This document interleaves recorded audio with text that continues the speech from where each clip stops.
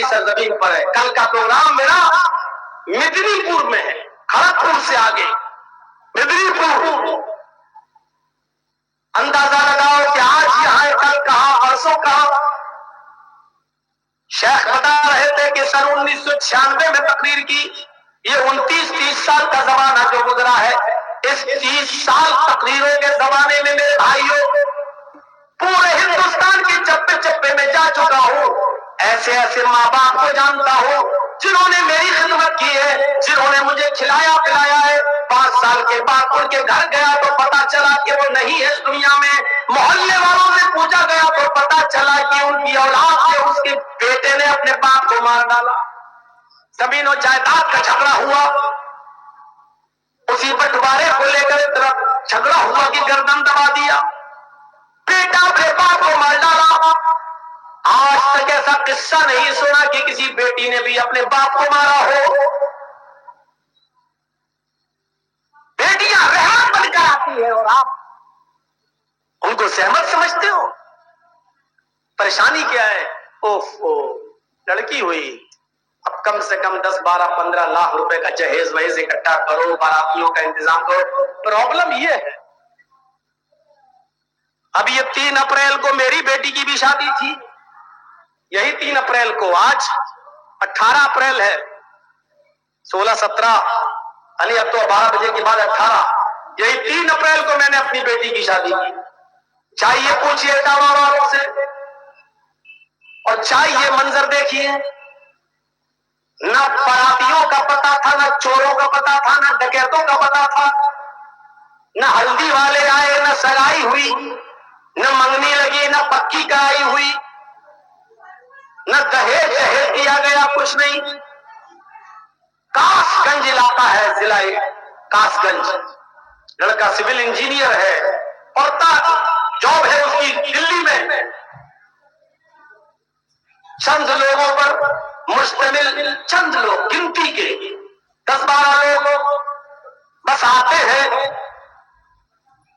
مسجد میں نکاح ہوتا ہے, دور سے آئے تھے اس لیے کھانا بھی کھلا دیا گیا, دور سے نہ آتے تو کھانے کا بھی انتظام نہیں کرتا. لڑکی والوں کے لیے ہے ہی نہیں کہ وہ کھانا کھلائیں. کیوں کھلائیں؟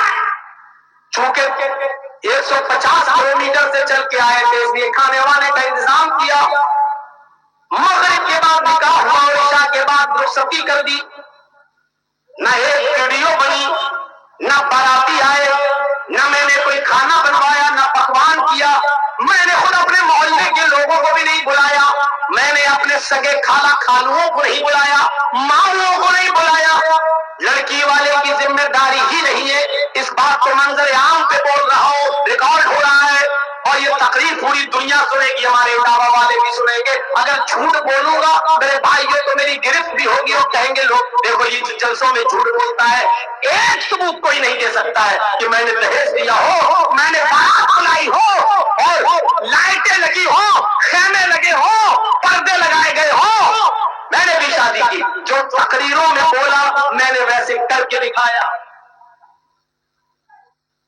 اب آپ اپنے علاقے کے مولویوں پہ نظر رکھو اور دیکھو کہ یہ اپنی بیٹیوں کی شادی کیسے کرتے ہیں, یہ اپنے بیٹوں کی شادی کیسے کرتے ہیں.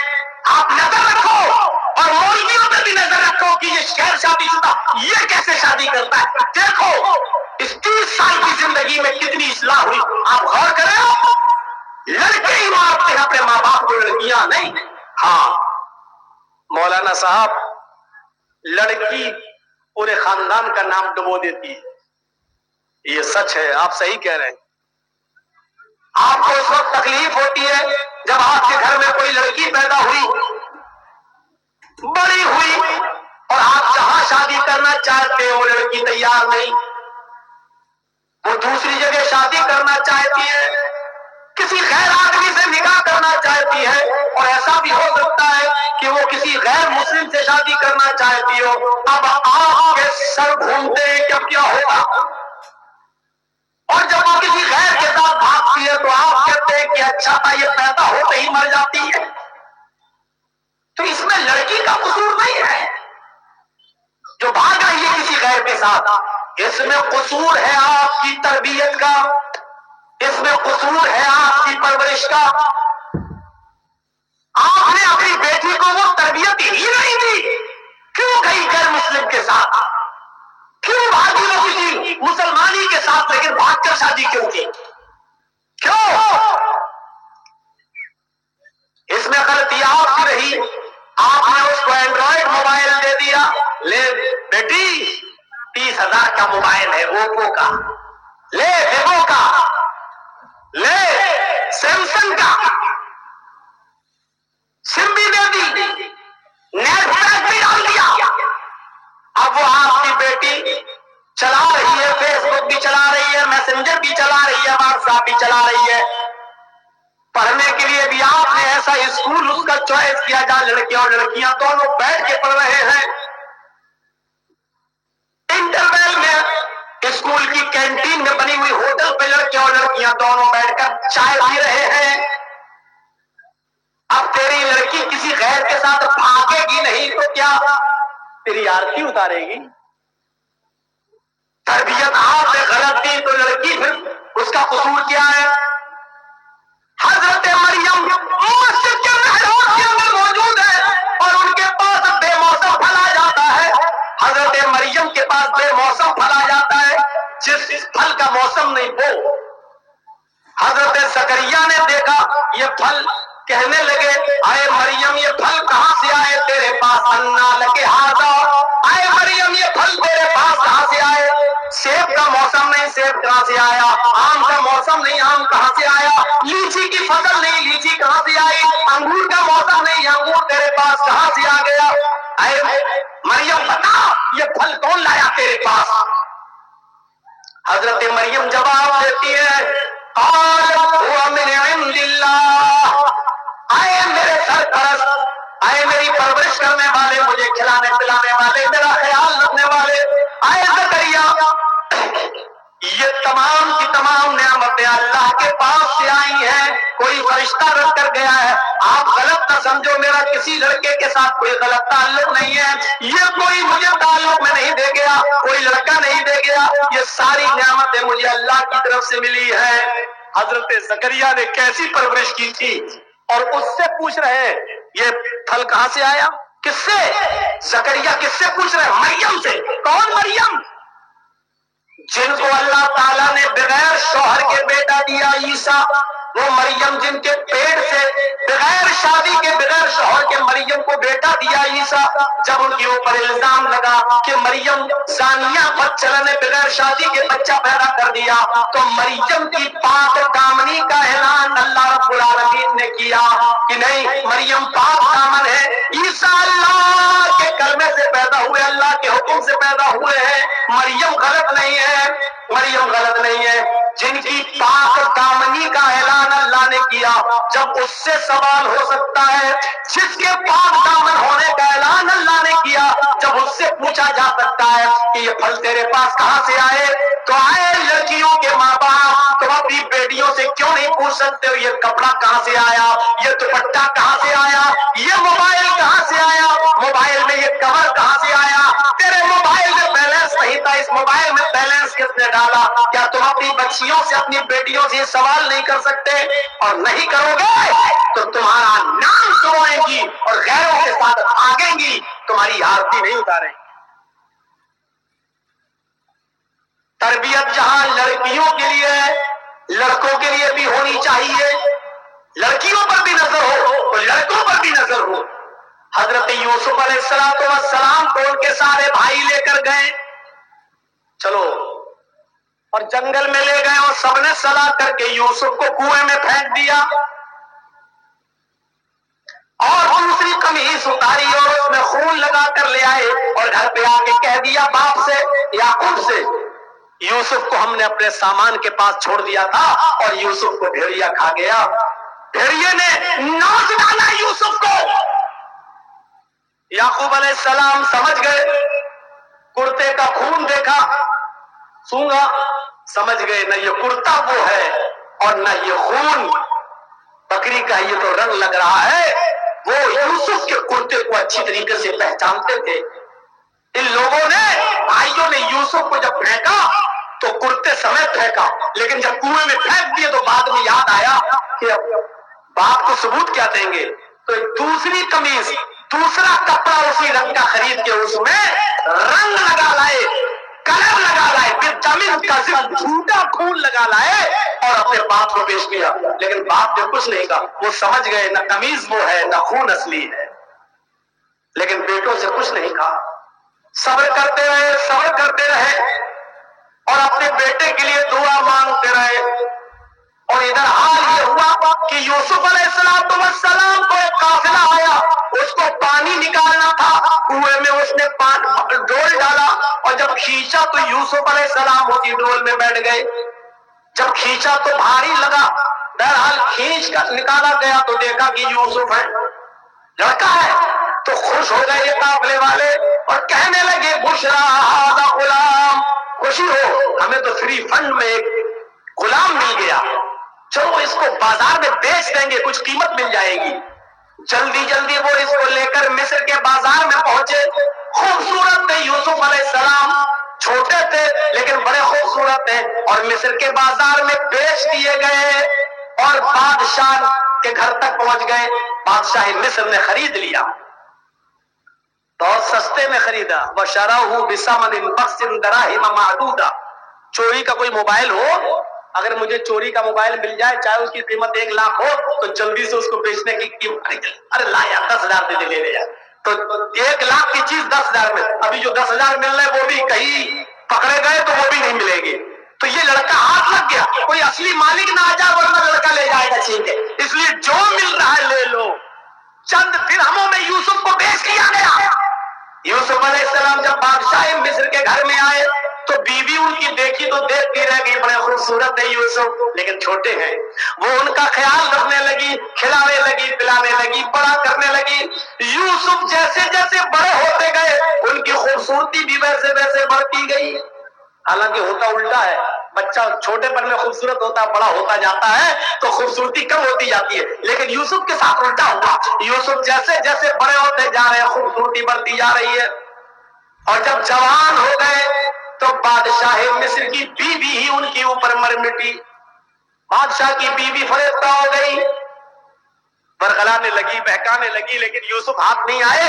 ایک دن کہنے لگی چلو اندر چلو، تم سے بہت ضروری کام ہے، سوچا یہ ہماری مالکن ہے، چلو کیا کام ہوگا، وہ اندر لے، یہ دروازہ بند، دروازہ بند، پھر ایک اور کمرے میں لے گئی، اس کا دروازہ بند، پھر ایک اور کمرے میں لے گئی، اس کا دروازہ بند، کئی دروازوں کے اندر لے گئی، غلقت الابواب، قرآن میں جمع استعمال ہوا ہے، اس نے سارے دروازے بند کر دیے، اس کا مطلب ایک دروازہ نہیں تھا، کئی دروازے تھے، اس نے سارے دروازے بند کر دیے تاکہ بھاگ نہ پائے یوسف، اور جیسے وہاں پہنچتی ہے بند کمرے میں وہی کہنے لگتی ہے یوسف آ جاؤ، کتنے زمانے سے ہم تمہارے بالغ ہونے کا انتظار کر رہے ہیں، تمہارے بڑے ہونے کا انتظار کر رہے ہیں، اے یوسف آؤ، میری پیاس بجھاؤ، آؤ مجھ سے ملو۔ یوسف علیہ السلام نے فرمایا معاذ اللہ، اللہ کا پناہ، میں یہ کام نہیں کر سکتا۔ اس کو جنون، کیسے نہیں کرو گے، ادھر آؤ۔ یوسف بھاگے، پہلا دروازہ کھولنے میں کامیاب، وہ بھی بھاگ رہی ہے، یوسف نے دوسرا دروازہ کھولا، اس میں بھی کامیاب، تیسرا دروازہ کھولا اور بھاگنے میں ادھر سے بھی کامیاب، چوتھا دروازہ کھولا ادھر سے بھی بھاگنے میں کامیاب، آخری دروازے پر پہنچے، تب تک اس نے پیچھے سے دامن پکڑ لیا، پیچھے سے دامن پکڑ لیا، اور یوسف علیہ السلام نے دروازے کا کنڈا جو ہوتا وہ پکڑ لیا، ادھر کھینچا یوسف کو، بادشاہ مصر کی بیوی نے ایسے کھینچا تو یوسف ایسے دروازہ پکڑے تھے، ایسے کھینچتے ہوئے اس کے اوپر گر گئے، دروازہ بھی کھل گیا۔ جب دروازہ کھلا تو سامنے بادشاہ کھڑا ہے، مصر کا بادشاہ، اس عورت کا شوہر، حالت یہ تھی کہ وہ عورت نیچے گری ہے، یوسف علیہ السلام اس عورت کے اوپر گرے ہیں، اور سامنے دروازہ کھلا ہے اور دروازے پر بادشاہ کھڑا ہے، فوراً کھڑی ہوتی ہے اور الزام لگاتے ہوئے کہتی ہے کہ اے میرے شوہر، آپ کی بیوی پر اگر کوئی غلط نظر ڈالے اور غلط ارادے سے اس کو پکڑنے کی کوشش کرے، اس کے ساتھ زنا کرنے کی کوشش کرے تو اس کی سزا کیا ہونی چاہیے سوائے جیل کھانے کے؟ بادشاہ مصر کو یقین نہیں آیا، بچپن سے دیکھ رہا ہے، یقین نہیں آیا کہ ایسا کیسے کر سکتا ہے۔ کہا ٹھیک ہے جیل میں تو جائے گا لیکن پہلے مقدمہ چلے گا، عدالت سے ثابت تو ہو جائے۔ جب مقدمہ دائر کیا گیا تو بادشاہ کے قریبی جج نے جو فیصلہ سنایا وہ یہ سنایا کہ آئے بادشاہ سلامت، یوسف سچا ہے یا جھوٹا؟ تیری بیوی سچی ہے یا جھوٹی؟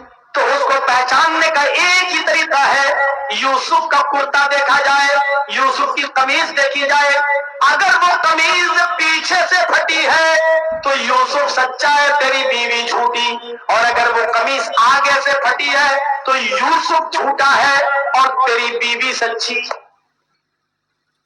کرتا منگایا گیا بھری عدالت میں، جب قمیض چیک کی گئی تو وہ قمیض پیچھے سے پھٹی تھی، اس نے کھینچا تھا نا پیچھے سے، کھینچا تو کرتا پھٹ گیا، قمیض پھٹ گئی۔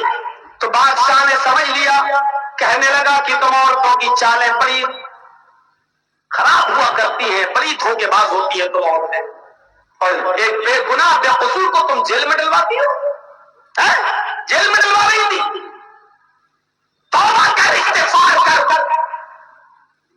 اور آئندہ ایسی غلطی مت کرنا۔ بادشاہ نے نظر انداز کر دیا، لیکن اس فیصلے کے بعد بادشاہ کی بیوی بدنام ہو گئی، ساری عورتوں میں چرچے ہو گئے، مصر کی عورتوں میں، لو ایک نوکر کو، ایک غلام کو دل دے بیٹھی، ایک غلام سے اس نے دل لگی کر لی، ایک غلام سے کے پاس جا کر غلط کام کرنے کے لیے چلی گئی، بتاؤ، گھر کا نوکر اس کے ساتھ۔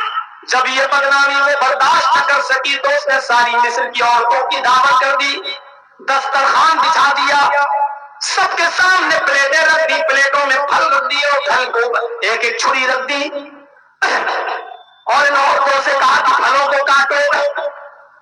مصر کی عورتیں جب پھل کاٹنے لگی تو یوسف سے بادشاہ کی بیوی نے کہا، یوسف ان عورتوں کے سامنے سے گزر جاؤ، ان عورتوں کے سامنے سے نکلو۔ یوسف علیہ السلام ان عورتوں کے سامنے سے جب گزرے تو کیا دیکھتے ہیں، مصر کی ساری عورتیں انہیں کو دیکھنے لگی، اور جب مصر کی عورتیں یوسف کو دیکھنے لگی تو خوبصورتی دیکھ کر مصر کی ساری عورتیں بھول گئی کہ ہم کس کو دیکھ رہے ہیں، پھل کاٹ رہے ہیں یا انگلی۔ وہ چھریاں تو انگلی پہ چلا رہی تھی اور یہ سوچ رہی تھی کہ پھل کٹ رہا ہے، حالانکہ پھل تو کب کا کٹ گیا ہے، الگ ہو گیا ہے، بجائے پھل کاٹنے کے وہ اپنی انگلیوں کو کاٹنے لگی اور یوسف کو دیکھتی رہ گئی، چھری انگلیوں پہ چلنے لگی، کہنے لگی ما ھذا بشرا، یہ انسان نہیں ہے، یہ تو کوئی فرشتہ نظر آتا ہے۔ اب بادشاہ کی بیوی نے کہا، اور کو بتاؤ تمہارا دل اس نوجوان پر آیا یا نہیں آیا؟ آ گیا، ہم خود اس کے دیوانے ہو گئے۔ ابھی تو صرف بادشاہ کی بیوی دیوانی تھی، اب جتنی عورتوں نے دیکھا سب اس کی دیوانی۔ بادشاہ کی بیوی بولی، اب تم ہی بتاؤ کہ میں اپنے دل کو کیسے سمجھاؤں، تم نے تو ایک جھلک دیکھی ہے، تم اس کی دیوانی ہو گئی ہو، میرے گھر میں تو چھوٹا تھا تب سے پل رہا ہے اور میں اس کے بالغ ہونے کا انتظار کرتی رہی، اور جب یہ بالغ ہوا تو میں اس سے اپنی امید پوری کرنے کے لیے اس کو بلانے لگی تو اس نے منع کر دیا۔ تم نے ایک جھلک دیکھی تو تم اپنے آپ کو کنٹرول نہیں کر پا رہی ہو، میرے دل سے پوچھو کہ میں کیسے کنٹرول کر کے رہتی ہوں، اور سب کے سامنے اعلان کر رہی ہے یہ عورت، بادشاہ کی بیوی، سن لو، اگر اس لڑکے نے، اس آدمی نے اگر میری خواہش پوری نہیں کی، میری بات نہ مانی تو زندگی بھر جیل میں سڑے گا، زندگی بھر جیل خانے میں قید کروا دوں گی، الزام لگا کر اس کو جیل پہنچا کر مانوں گی اور پوری زندگی اس کی جیل میں گزر جائے گی۔ اب یوسف علیہ السلام کے سامنے دو راستے تھے، یا تو بادشاہ کی بیوی کی بات مان لے اور پانچوں انگلی گھی میں، بھائی بادشاہ کی بیوی اگر اس کو سپورٹ کرنے لگے تو کتنا وہ آرام میں ہوگا، کتنے آرام سے زندگی گزارے گا، یا تو پھر بادشاہ کی بیوی کی بات نہ مانے تو زندگی بھر جیل میں۔ اب یوسف سوچنے لگے کہ میں کیا کروں، بات نہیں مانتا تو جیل کھانا اور بات مان لیتا ہوں تو حرام کاری، میں کیا کروں؟ اپنی نظریں آسمان پہ ڈالی اور کہا، اللہ ان دو راستوں میں جس راستے کو پسند کرتا ہوں وہ تجھ سے مانگ رہا ہوں. رب السجن احب الی مما یدعوننی الیہ.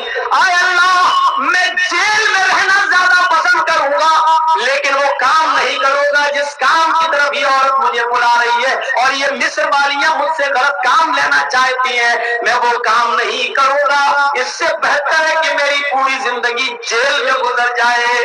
یوسف علیہ السلام نے پریشانی والا راستہ اٹھانا گوارا کر لیا کہ میں جیل میں جاؤں گا. آخرکار جب بادشاہ مصر کی بیوی کی بات نہ مانی تو اس نے بھی الزام لگا کر یوسف علیہ السلام کو جیل بھجوا دیا. اب یوسف علیہ السلام جیل میں گزارتے ہیں اپنی زندگی. تقریباً 7 سال جیل میں گزارتے ہیں. تقریباً 7 سال جیل میں گزارتے ہیں. اب وہاں خواب کی تعبیر بتاتے ہیں. اسی اسنا میں بادشاہ نے بھی خواب دیکھا. حضرت یوسف نے تعبیر بتا دی. بادشاہ نے کہا جس نے یہ تعبیر بتائی وہی ملک مصر کو قحط سے اور پریشانی سے بچا سکتا ہے. لہذا اس کو جیل سے چھڑایا گیا بادشاہ کے حکم پر اور بادشاہ نے یوسف علیہ السلام کو ملک مصر کا بادشاہ بنا دیا. اب مصر کی بادشاہ یوسف علیہ السلام کے ہاتھ میں آ گئی. اب غور کیجئے کتنا زمانہ گزر گیا.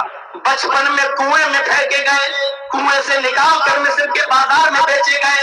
مصر کے بازار میں بیچنے کے بعد تقریباً 15 سال تک جب تک بالغ نہیں ہو گئے تب تک بادشاہ کے گھر میں پلے اور 15 سال یعنی 20 سال کے ہو جانے کے بعد بادشاہ کی بیوی نے غلط الزام لگایا تو جیل میں ڈلوایا. تقریباً 7 سال جیل میں رہے. 27 سال اتنی لمبی مدت اپنے باپ سے الگ رہے اور باپ کا حال یہ ہے کہ اے اللہ میرا بیٹا, اے اللہ میرا بیٹا. یعقوب علیہ السلام دعا مانگ مانگ کے ان کی آنکھیں اندھی ہو گئی. دعا مانگتے مانگتے آنسو بہاتے بہاتے وہ بینا بینا ہو گئے. جب ملک کے بادشاہ بن گئے حضرت یوسف تب ان کو یاد آیا. کہنے لگے کہ اب صحیح وقت ہے مجھے اپنے باپ کو یاد کرنے کا, صحیح وقت ہے مجھے اپنے باپ کو اپنے یہاں بلانے کا. تو جو قمیض بچپن میں جس قمیض کو پہن کر وہ کنویں میں پھینکے گئے تھے, جو قمیض حضرت یوسف سنبھال کے رکھے تھے اسی قمیض کو حضرت یوسف نے نکالا اور قمیض نکالنے کے بعد مصر کے کچھ لوگوں کو بھیجا, جاؤ میں اس بستی میں جاؤ, وہاں ایک بوڑھا بھی تمہیں ملے گا, اس کا نام یعقوب ہوگا. اس یعقوب کو بول دینا کہ مصر کے بادشاہ نے تمہیں یہ کرتا یہ قمیض بھیجی ہے, باقی باتیں ان کو یاد آ جائیں گی. مصر کے کچھ لوگ یوسف کا کرتا لے کر جب دوسرے ملک پہنچے اور وہاں یعقوب علیہ السلام سے ملے, ابھی تک ان لوگوں کو یہ نہیں معلوم تھا کہ یوسف نے ہمیں جہاں بھیجا ہے وہ یوسف کا باپ ہے اور یوسف اس کا بیٹا ہے. ابھی کسی کو نہیں معلوم, بادشاہ کو بھی نہیں معلوم. جب یہ لوگ مصر سے چل کر اس ملک میں آئے جہاں یعقوب رہتے تھے اور یعقوب علیہ السلام سے ملاقات کی تو کہا کہ مصر کے بادشاہ نے یہ کرتا آپ کو دیا ہے. جیسے اس کرتے کو حضرت یعقوب علیہ السلام نے سونگا, اللہ سے دعا کی, آنکھوں کی روشنی واپس آ گئی. اس کرتے کو دیکھا تو پہچان گئے کہ یہ تو میرے بیٹے کا کرتا ہے, یہ تو یوسف علیہ السلام پہنا کرتے تھے. اس کو سونگا تو یوسف علیہ السلام کی مہک ان کو اچھی طریقے سے سونگنے میں آ گئی. کہنے لگے یہ کرتا تمہیں کس نے دیا؟ کہا بادشاہ نے. کہا اس کا نام کیا ہے؟ کہا یوسف. تو یعقوب علیہ السلام نے کہا کیا وہ زندہ ہے؟ کہا جو سوال کیا اس سوال کو سنیے گا میرے ساتھیوں. آئے مصر والوں, کیف ترکتہ, تم نے یوسف کو کس حال میں چھوڑا, کیسے چھوڑا, کہاں چھوڑا, کس پوزیشن میں چھوڑا؟ پہلا سوال کس حال میں؟ مصر والوں نے کہا کس حال میں, کس حال میں پوچھتے ہو؟ ترکتہ ملک مصر, ارے اس کے تو مزے ہی مزے, اس وقت وہ مصر کا بادشاہ ہے. اس وقت یوسف مصر کا بادشاہ ہے، ترکتہ ملک مصر، میں نے ملک مصر کے بادشاہ کی حالت میں چھوڑا ہے۔ یعقوب علیہ السلام کے آنکھوں میں آنسو آ گئے اور روتے ہوئے کہتے ہیں لا اسألکم من ھذا، میرے پوچھنے کا یہ مطلب نہیں کہ وہ بادشاہ ہے، گورنر ہے، کیا ہے، یہ نہیں پوچھنا چاہتا ہوں میں کہ وہ کیا ہے، یہ مت بتاؤ مجھے کہ وہ کیا ہے۔ اسألکم عن ای دین ترکتہ، میں یہ جاننا چاہتا ہوں کہ یوسف کو تم نے کس دین پر چھوڑا ہے، کس دین کی وہ کس کی عبادت کرتے ہیں، ان کا کام کیا ہے۔ یوسف اتنے بڑے ہو گئے، ملک کے مصر کے بادشاہ بن گئے، کہیں عیاش تو نہیں، زناکار تو نہیں، کیونکہ آج کل عیاروں، مکاروں، عیاشوں اور ناجائز اور غلط لوگوں کے ہاتھوں ہی میں حکومت آتی ہے، کہیں یوسف غلط تو نہیں ہے۔ کس دین پر تم نے ان کو چھوڑا۔ مصر کے لوگوں نے جو کرتا لے کر آئے، کہنے لگے کہ ہم نے ان کو اس حال میں چھوڑا کہ وہ لا الہ الا اللہ پڑھتے ہیں، وہ اس بات کا اقرار کرتے ہیں کہ اللہ کے علاوہ کوئی معبود نہیں، اور اسی کلمے کی طرف لوگوں کو بلاتے ہیں، ایک اللہ کی عبادت کا حکم دیتے ہیں اور نماز قائم کرتے ہیں، نماز پڑھتے ہیں، اسی دین کے اوپر ہم نے ان کو چھوڑا ہے۔ میرے بھائیوں، پورا واقعہ بتانے کا مطلب یہ ہے کہ اتنی لمبی مدت کے بعد جب یعقوب علیہ السلام کو پتا چلا کہ میرا بیٹا زندہ ہے، تو اس بات کو سن کر خوش نہیں ہوئے کہ میرا بیٹا ملک مصر کا بادشاہ بن گیا، بلکہ خوشی ان کو تب ہوئی جب انہوں نے یہ سنا کہ میرا بیٹا ایک اللہ کی طرف لوگوں کو بلاتا ہے اور ایک اللہ کی عبادت کرتا ہے۔ یہ تربیت تھی ایک باپ کی اپنی اولاد کو، کیا یہ تربیت ہے آج ہماری اپنی اولاد کو؟ کیا یہ تربیت آپ دیتے ہیں؟ کیا یہ حق ہے آپ کو پورا کہ اپنی اولاد کو اس طریقے کی تربیت دیں؟ اولاد بیٹا ہے تب بھی اچھی تربیت، اور بیٹی ہے تب بھی اس کی اچھی تربیت ہونی چاہیے۔ میرے بھائیوں، یہ معیار ہونا چاہیے۔ آج کیا